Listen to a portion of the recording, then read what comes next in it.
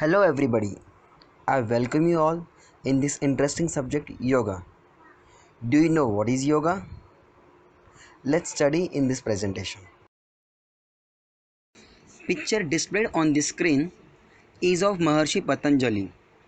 Maharshi Patanjali is a son who is believed to have lived sometime during the 2nd century BCE. Known for his treatise on yoga entitled Patanjali Yoga Sutra. He was not only an authority on the science of yoga but also a scientist and a doctor whose clarity and wisdom was remarkable. Let's see the contents first. Definition of yoga, history of yoga, 8 limbs of yoga, principles of yogic practices, practical hints, and exercise. Definition of yoga. Patanjali's famous definition of yoga is Yoga sa chitta vritti nirodha, which means yoga is the removal of the fluctuation of mind. The word yoga is derived from the Sanskrit root yuj, meaning to join or to yoke or to unite. As per yogic scriptures, the practice of yoga leads to the union of individual consciousness with that of the universal consciousness, indicating a perfect harmony between the mind and body, man and nature. History of yoga. History of yoga we can divide into 4 parts. First, pre-classical yoga. Second, classical yoga. Third, post-classical yoga. Fourth, modern yoga. Let's know about pre-classical yoga. The beginnings of yoga were developed by the Indus Saraswati civilization in northern India over 5000 years ago. The word yoga was first mentioned in the oldest sacred texts, the Rig Veda. Yoga was slowly refined and developed by the Brahmins and Rishis, who documented their practices and beliefs in the Upanishads. Next, classical yoga. The classical period is defined by Patanjali's Yoga Sutras, the first systematic presentation of yoga. Patanjali organized the practice of yoga into an 8-limbed path containing the steps and stages towards obtaining samadhi or enlightenment. Patanjali is often considered the father of yoga, and his Yoga Sutras still strongly influence most style of modern yoga. Now, post-classical yoga. A few centuries after Patanjali, yoga masters created a system of practices designed to rejuvenate the body and prolong life.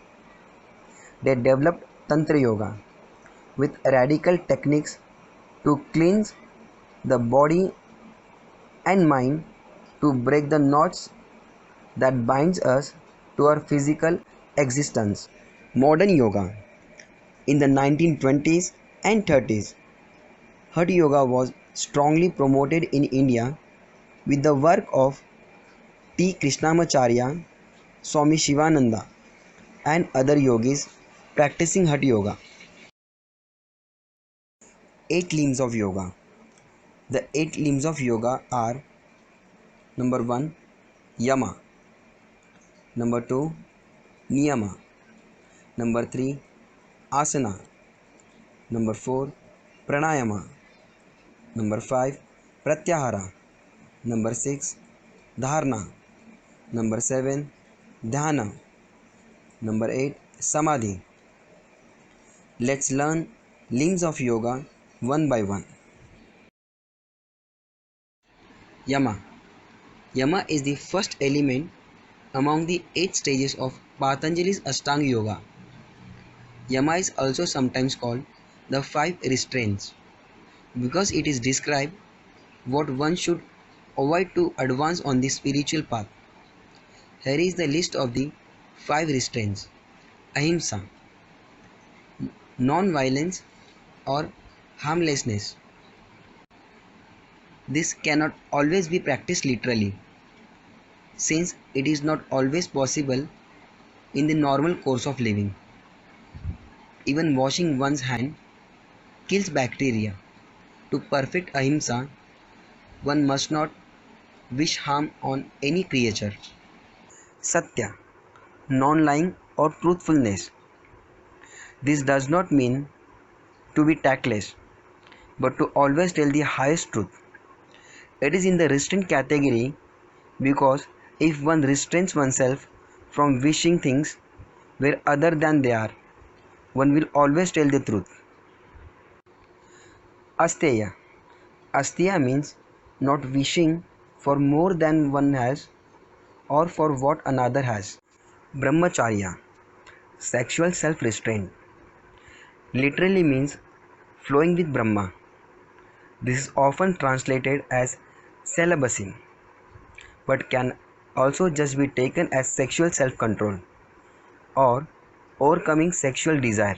Aparigraha, non-possessiveness, letting go of all attachment to one's possessions, including one's body, and being to relinquish them all at a moment's notice. Niyama. Niyama is the second element among the 8 stages of Patanjali's Ashtanga Yoga. It contains the 5 internal practices of Niyama. Number 1. Saucha. The first Niyama. Saucha means purification or cleanliness. Saucha is not only the foundation for bodily health, it is also the doorway to deeper and more tranquil state of meditation. Number 2. Santosha. The word Santosha means contentment as well as delight, happiness, joy. It comes from an experience of acceptance of life, of ourselves, and of whatever life has brought us. When we are content, we are happy. Number 3. Tapasa.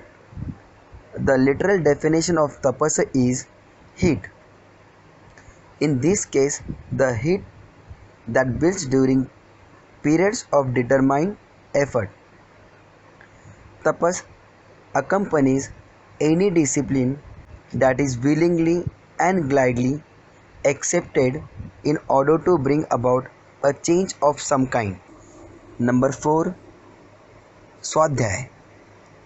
Swadhyay means literally to recollect the self. It is the effort to know the self that shines as the innermost core of your being. Number 5. Ishvara Pranidhana. Ishvara refers to all pervading consciousness. Pranidhana means to surrender. Together, this word may be translated as trustful surrender to God. Asana. Asana is the third element among the 8 stages of Patanjali's Ashtanga Yoga. An asana is a body posture, originally and still a general term for a sitting meditation pose and later extended in Hatha Yoga and modern yoga as exercise to any type of pose or position, adding reclining, standing, inverted, twisting, and balancing poses. The Yoga Sutras of Patanjali define asana as is steady and comfortable. In Sanskrit, it is called Sthira Sukha Asanam. Patanjali mentioned the ability to sit for extended period as one of the 8 limbs of his system. Asana are called yoga poses or yoga postures in English. Example of yoga asana. Here I have explained Padahastasana. From this you will understand How one should perform the yoga asanas. Procedure. Step 1. Stand erect with feet apart. Step 2. Lean forward. Step 3. Loose your hands and touch to the ground. Step 4. Maintain this posture as per your capacity. Step 5. Return to the standing position slowly. Note: after some practices, keep feet together. What things you must avoid while performing this asana? 1. Do not keep your knees bent. 2. Do not look up. Now, benefits of this asana. 1. It stretches the back and leg muscles. Number 2. It makes the spine flexible and tones the nerves. Pranayama. Pranayama is the fourth element among the 8 stages of Patanjali's Ashtanga Yoga. Pranayama is control of breath. Prana is breath or vital energy in the body, and ayama means control. So pranayama is control of breath. Here I have listed some types of pranayama: natural breathing, basic abdominal breathing, thoracic breathing, clavicular breathing, kapalbhati, viloma, anulom vilom, cooling breath, ujjayi, brahmari, surya bhedan. Anulom vilom. Anulom vilom means alternate nostril breathing exercise. It is also called Nadi Shodhan Pranayama. Nadi means substantial energy channel. Shodhan means cleaning or purification. Pranayama means breathing technique. Here I have explained procedure for Anulom Vilom.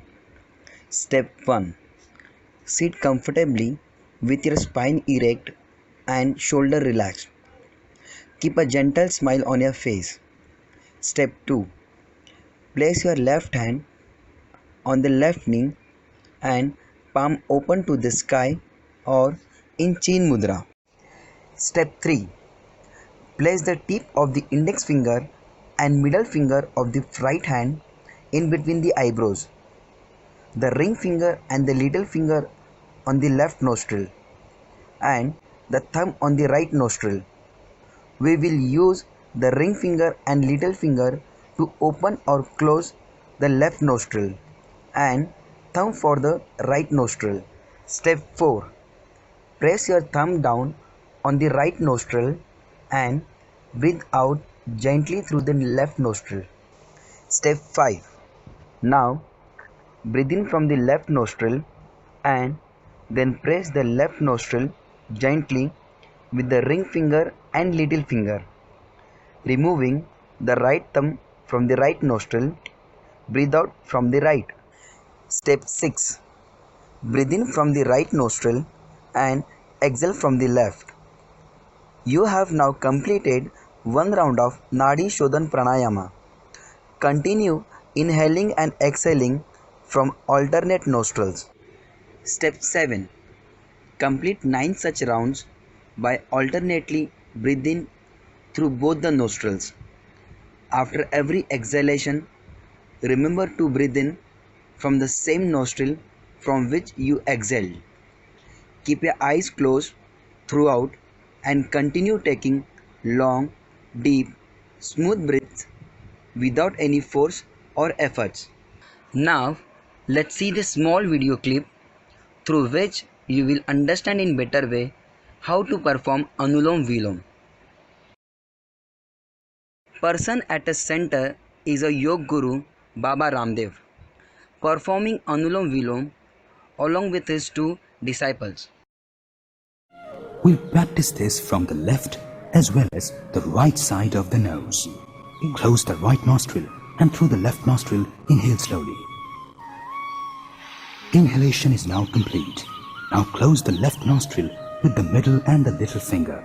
Exhale through the right nostril. Inhale deep breaths and exhale deep breaths. Even if you are a heart patient, do this. Your problem of high blood pressure will go away by this pranayama. The problems of asthma, sinusitis, problems of allergies, sneezing, the problem of snoring, you will be rid of all these problems by the practice of this pranayama. Benefits of pranayama. Here I have listed some benefits of pranayama. Number 1. Helps improve hypertension. Studies show that certain pranayama techniques can help relieve hypertension symptoms by normalizing heart rate and high blood pressure.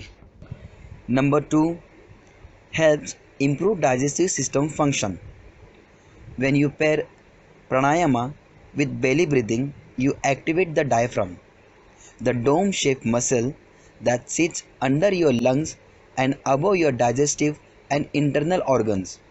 The act of breathing in this way causes the diaphragm to raise and fall, and this movement creates a gentle massage for the organs. Number 3. Boost the immune system.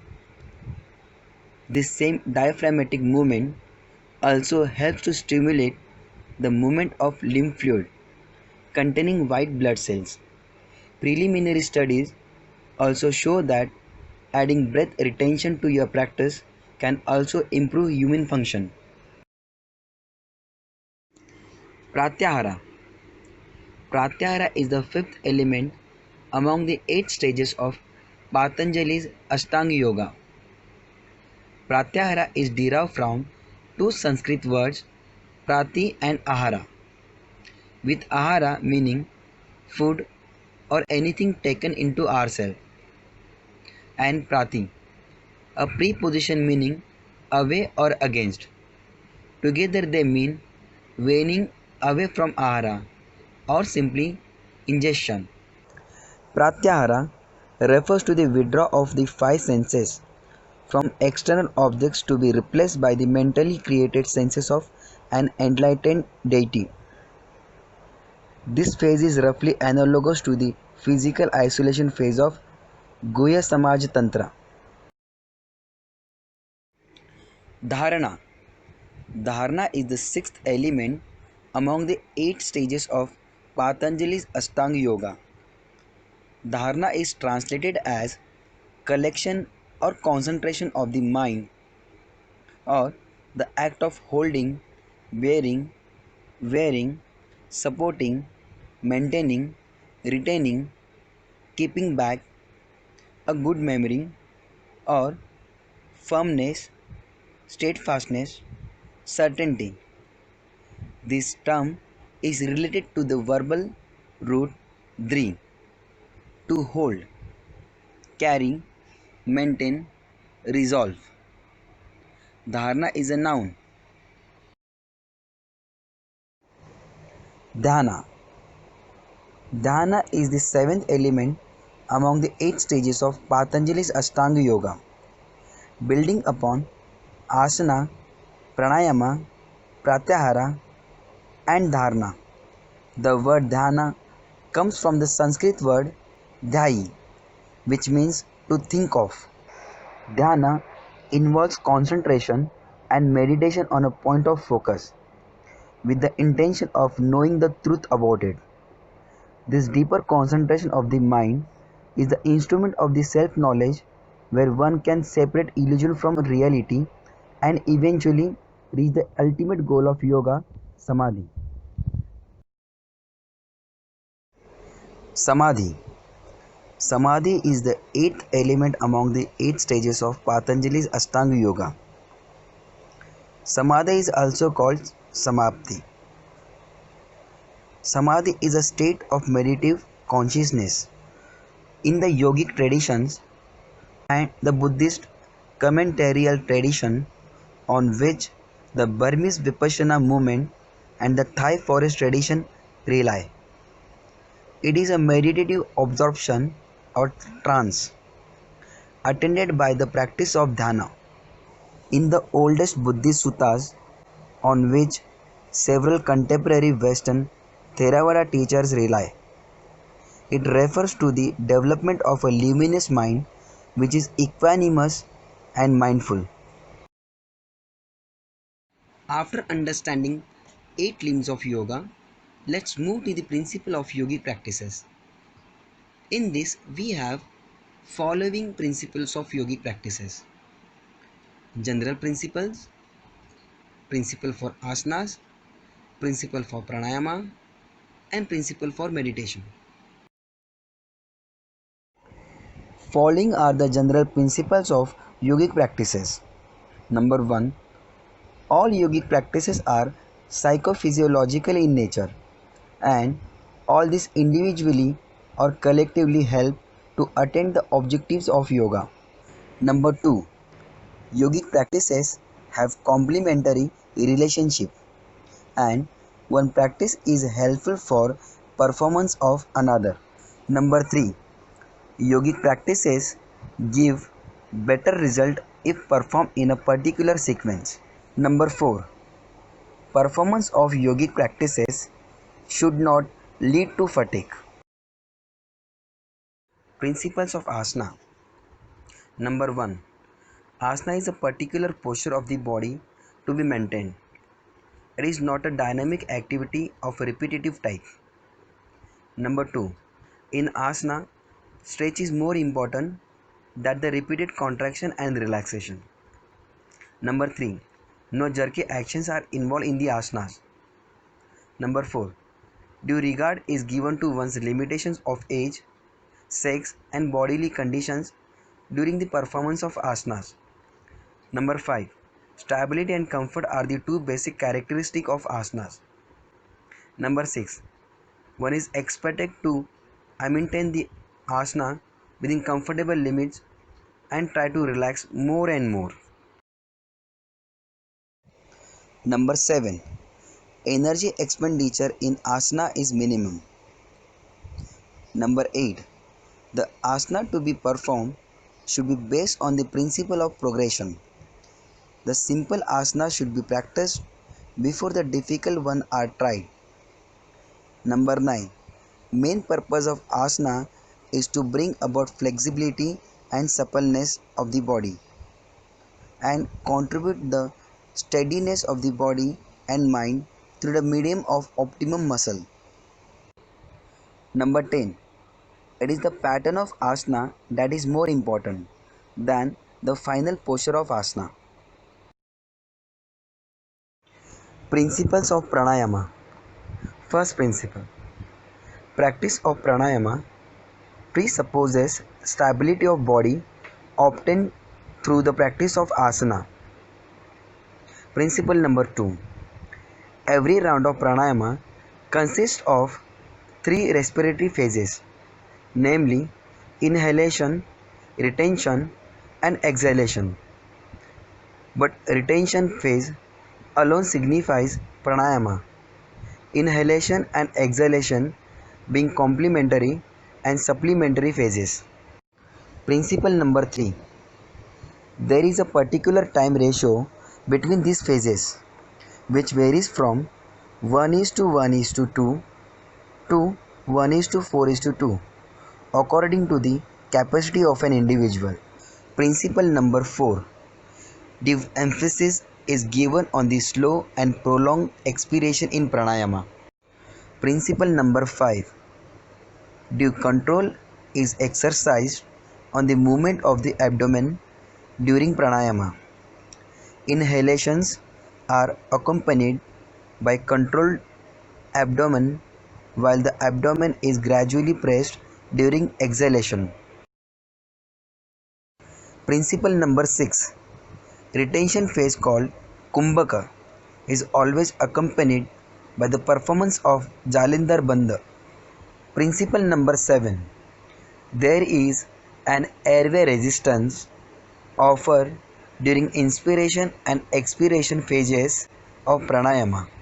Principle number 8. Pranayama should be accompanied by the performance of purificatory process. Principle number 9. Practice of pranayama is facilitated by the performance of purificatory process. Principle number 10. Exhalation during pranayama is always done through the nose. Mouth is kept closed. Principles of meditation. Number 1. The basic principle of meditation is to develop internal awareness. Number 2. There are innumerable means of developing the internal awareness. Number 3. No meditation is possible without proper psychophysical background. Number 4. Condition of the body influences the quality of meditation. Number 5. Erect sitting with head, neck and trunk in a vertical line is most conducive to meditation. Number 6. Regulated breathing is a great help in the practice of meditation. Number 7. Fixed time for meditation yields good result. Number 8. The aim of meditation is to purify the mind. Purity of mind and meditation go together and one supports the other. Here I have mentioned some practical hints. 1. Begin with relaxation. Yogic practices should begin with relaxation and quiet sitting with closed eyes. 2. Breathing. All asanas may be performed under the pattern of normal breathing unless it is necessary to change the normal pattern of breathing and resort to special mode under desirable circumstances. 3. To direct the mind. It is advantageous to direct the mind to different part of the body where sensations are felt. 4. Practice of Shavasana. Practice of Shavasana intermittently during the session of yogic practices is helpful. 5. Perform on an empty stomach. Yogic practices should be performed on an empty or light stomach. 6. Kriyas and Pranayama. Kriyas and Pranayama are better learned first, under proper guidance before they are practiced on one's own. 7. Regular practice.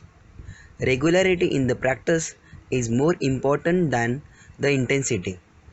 Select a short routine which does not consume much time and therefore regularity would be maintained. 8. Restart. When there is a considerable break in the yogic practices, it is desirable to start again with a humble scale. 9. Combination of other exercises. Combination of other exercises with yogic practices is possible to get added advantage, but the two sessions should be kept apart. Here we have completed with definition of yoga, history of yoga, 8 limbs of yoga, principles of yogic practices and practical hints. I hope you have understood and enjoyed this session. Now please answer the following question.